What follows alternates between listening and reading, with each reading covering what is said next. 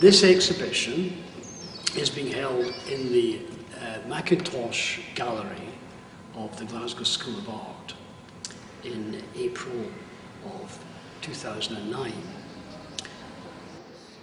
Charles Rene Mackintosh, the designer of this building for the Glasgow School of Art, was very influenced by Japanese art at the end of the 19th century and the beginning of the 20th century.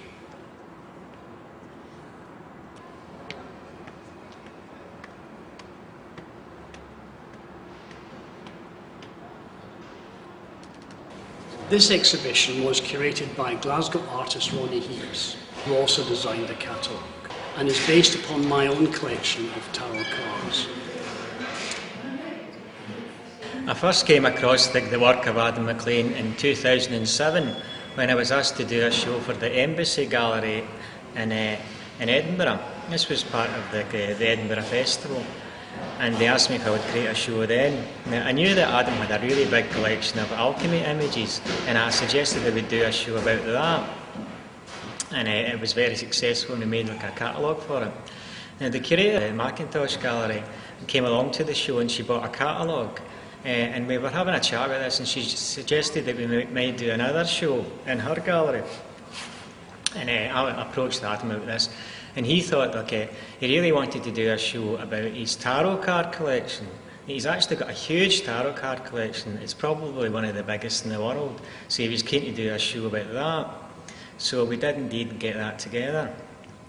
Now, this collection, as I say, it was massive, but we decided just to concentrate on the Japanese section of it, because it would be much more easy to do at this particular space. Also, the Japanese, like tarot, have not got a very long tradition. They actually just started in the 70s. Now, this is a good example of how a culture which doesn't have a particular tradition of tarot can accept it and embrace it and actually turn it into its own culture. In fact, very Japanese. And when you actually see the show, this comes across really well. I understand that that's why this is quite interesting, refreshing. Can I ask Adam to come and give us the fruits of his insight into the art of Japanese tarot?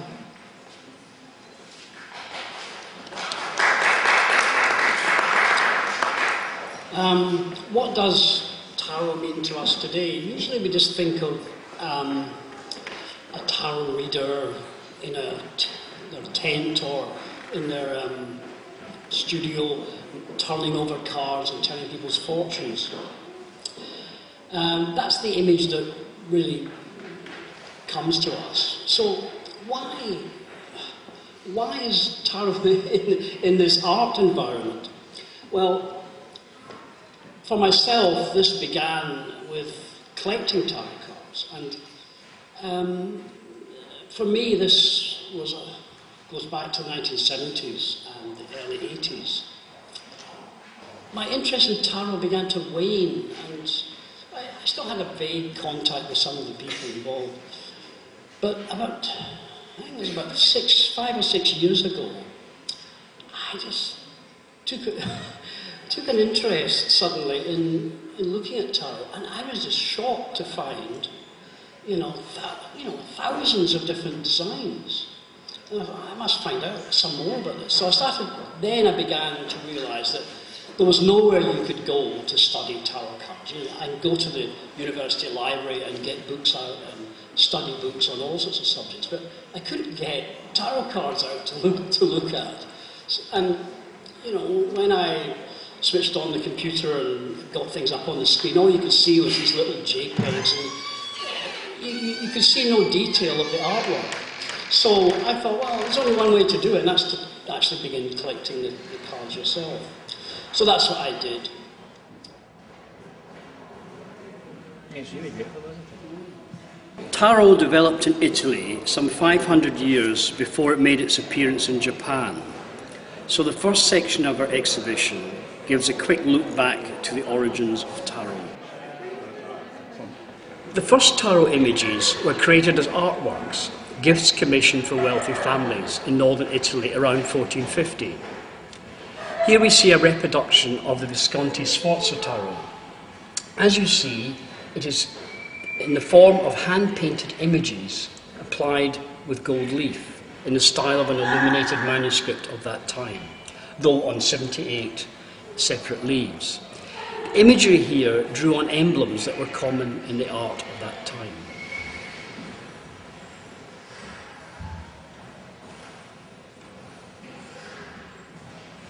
A decade or so after the Visconti Sforza was created, a set of emblematic images was issued as engravings.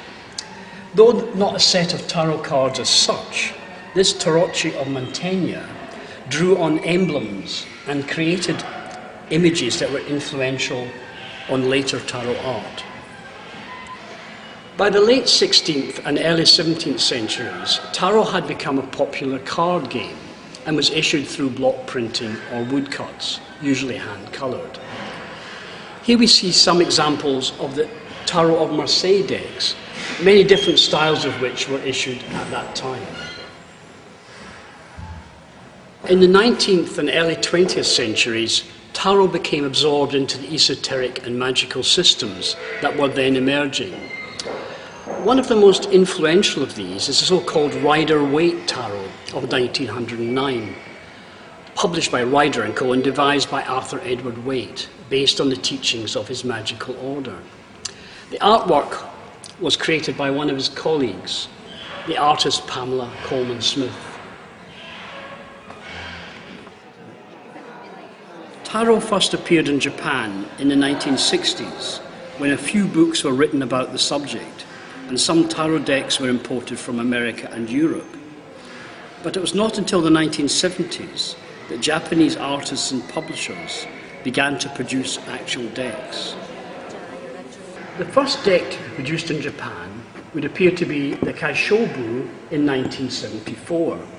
This is based on the Rider-Waite deck and the Marseille-style tarots. Other early Japanese decks include the New Egyptian Tarot, based on a late 19th century French deck, and the Renaissance-style deck, which also draws its imagery and style from early European tarot decks. The Petit Tarot of 1979 is more contemporary, as we can see from the way the figures are depicted in hippie or New Age style.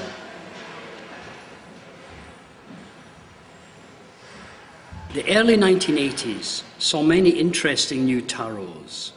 The Mineo Maya Tarot used depictions of faces with an almost modern manga form, and the artist Mineo Maya later became famous for creating one of the early manga series. A strange item is the Ukiyo-e Tarot. When people see this deck, they immediately come to the conclusion that this is what Japanese tarot must be about.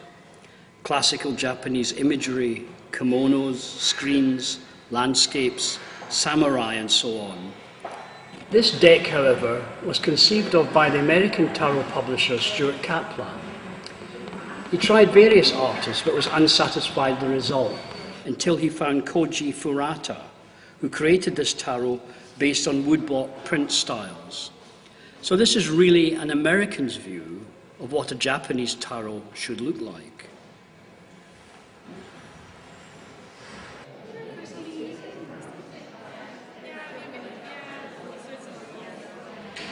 In 1982 and 3, a Japanese doctor, Shigeki Gomi, became fascinated by tarot imagery, and he devised 3 tarot decks. One was on the theme of human anatomy, the medical fantasy tarot, another on Buddhist iconography, while the third, the entropy tarot, turns to modern physics for its inspiration.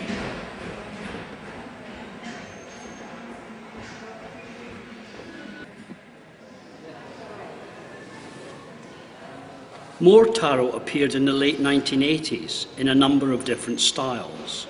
In 1989, we see the first tarot aimed at young children.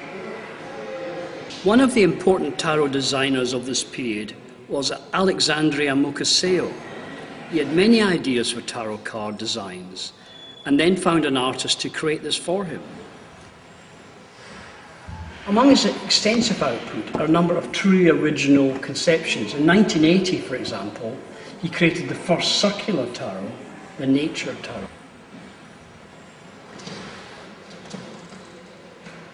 The next section of our exhibition presents Japanese taro, not so much in historical order, but rather looking at the various themes and styles, and the different ways in which taros are presented to particular audiences.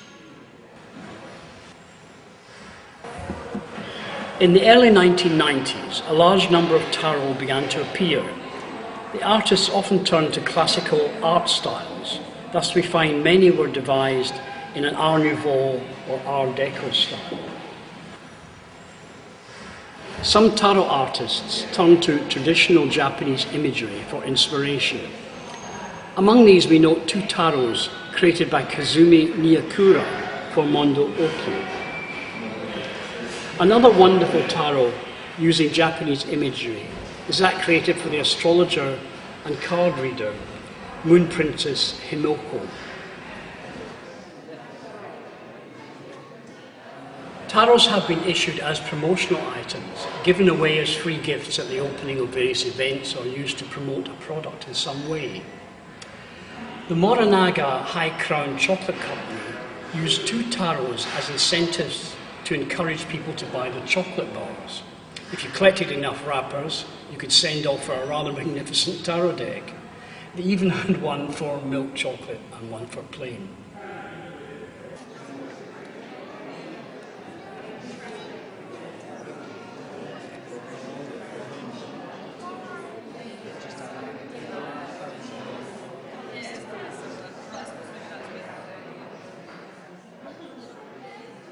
In Japan, publishers of manga, computer games, and so on tolerate fans creating artwork based on the characters in their products. These doujinshi, fan art products, are sold and traded extensively. Among these are a number of taro decks incorporating facets of an anime, manga, or computer game. The Gundam Wing is an example. Here a group of fans have created a taro based upon the anime Gundam Wing, first shown on Japanese television in 1995 and 96. In Japan, many magazines use free gifts for Roku as an incentive for people to buy their magazine. Taro are often used as gifts, as they can be printed within the magazine to be cut out by the purchaser. Here we see a number of such taros. Many of these are difficult to collect, as they are not valued by the purchasers and thrown away with the magazine. Manga is a cartoon style that developed in Japan as early as the 1950s. It merges the American comic book tradition with an earlier form of graphic imagery in Japan. Manga began to evolve into its own unique style in the 1970s. By the 1990s, it was so well developed that it influenced taro art.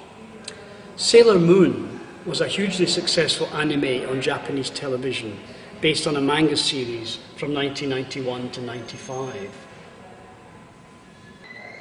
A more dark and gloomy manga is that of 2001 onwards by Titi Kubo, which was made into an anime entitled Bleach. Here we see a doujinshi taro using the characters from that series.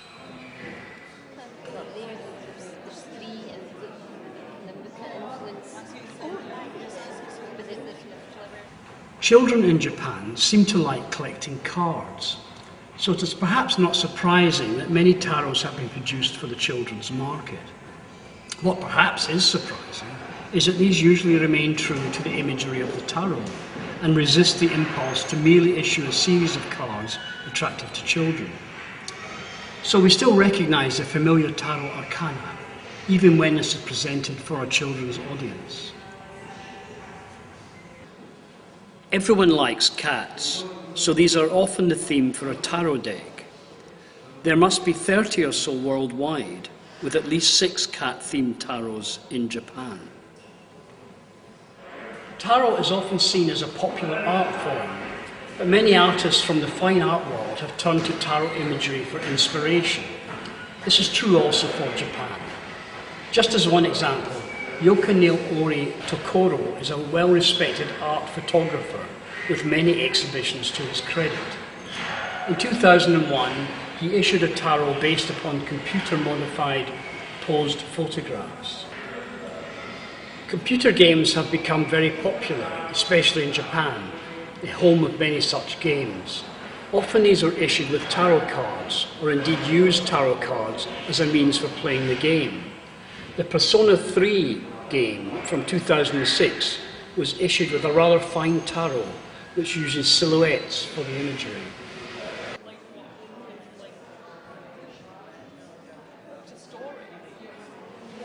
Costume and fashion are a key part of many people's lives. Tarot has been used to promote fashion-related publications, and a goth tarot was a wonderful free gift given away at the launch of a fashion collection.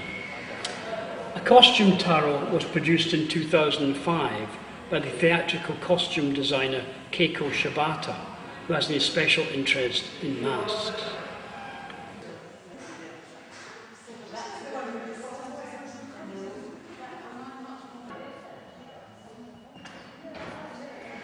The Fool is one of the tarot cards known to most people. Classically, he is depicted as an innocent, walking along, oblivious to the fact that he is about to step off a precipice. Tarot artists have, however, extended this image and approach it from a number of different perspectives.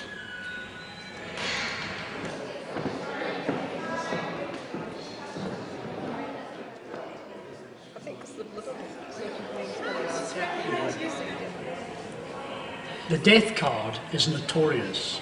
In tarot readings, the appearance of this card can be very unsettling. Tarot artists in the West often rework death into a card of transformation, rebirth, even resurrection. In Japan, it seems, tarot artists prefer their death cards to stick closer to the original conception. So here, skeletons, skulls, and the Grim Reaper are still prominent. This exhibition is particularly important as it has been held in an art environment. It asks people to look at tarot designs as artwork rather than as cards for fortune telling. We see in these exhibits, taken from my collection of nearly 200 decks, how the creative and inventive artists of Japan found in tarot an exciting, lively form of expression. This exhibition celebrates the creativity and style of the art of Japanese tarot.